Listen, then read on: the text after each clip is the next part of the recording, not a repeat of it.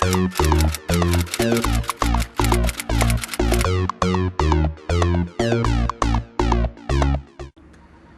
sickle cell anemia is an inherited disorder. In other words, somebody that has it has inherited it from his parents or her parents, so to speak. So it's not something you acquire like an infection, but it's something you are born with because you have derived it from both of your parents. Well, sickle cell disease, the main problem is that the normal blood is like a donut. It's round and it's very malleable. In other words, it moves freely within the blood vessels, especially the small blood vessels. But when you say blood has a sickle shape, I don't know if you are aware of the real thing that is called sickle. It's a farming instrument or appliance. Or if you know the Russian flag, you know that on the Russian flag you have what you call the sickle, okay? And that is the shape of the red blood cell when you say it is sickled. Because of the change in shape, it is very difficult for it to move freely within the blood vessels.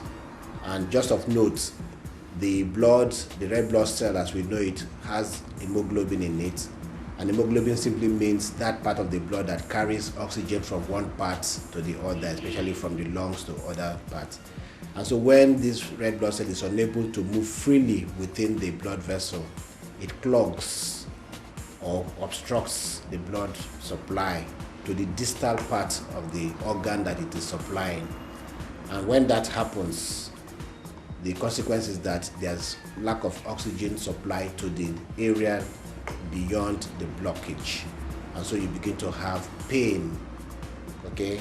And because these blood cells are not the normal shape, they die off faster than normal. For example, the normal red blood cell has an average lifespan of about 120 days, but the sickle cells have a shortened live blood cell, very short, and so they get obstructed, and then because of the shape, the spleen normally removes them from the circulation because they are seen as foreign and they are not the normal shape, so the spleen helps to.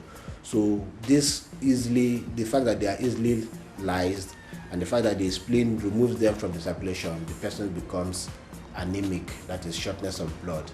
So the main factors you have here are pain as a result of poor oxygen supply to the distal areas, could be in the bone, could be anywhere, and then easy breakdown of the red blood cells causing anemia. Now, with respect to the shortening of the limbs, what happens is that there's lack of oxygen supply or blood supply to the distal areas, especially the limbs where you have very small vessels. So there's what we call infarction, recurrent infarction, and when that happens, just like something that is, short of oxygen, short of blood, and so that area, in other words, to some extent, literally dies off, and so there's lack of growth of the bones, either of the limbs, especially of the limbs. So you see a child born, or after a few years, finding out that one of the fingers is shorter than the other. Yes, I will say that, but with some caution, because like I said in my introduction, it is a genetic problem. In other words, genes are what control your being, the color of your hair, how tall you are, whether you're black or white, and all that. They control who you are, and these are things that you derive from your parents, okay? So because it's a genetic problem, the only cure is to manipulate the gene, okay? So this is something that is ongoing but has not completely come into general practice. But like I said, yes, it can be a cure, because the present day we have what we call bone marrow transplantation for patients with sickle cell anemia.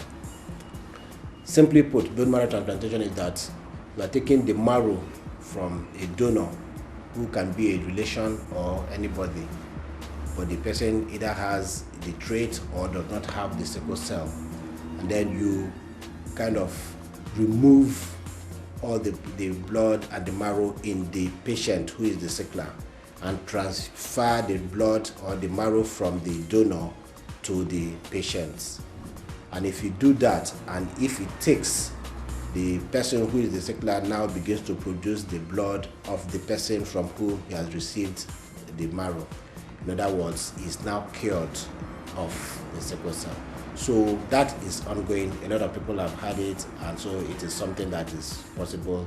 And so to that extent, you can say yes, it is a curable disorder, because people who are transplanted and everything has worked out well are completely free of all the complications and all the symptoms of sickle cell. But of course, with the caution that there are also complications of the procedure itself. And also the fact that it is quite an expensive venture.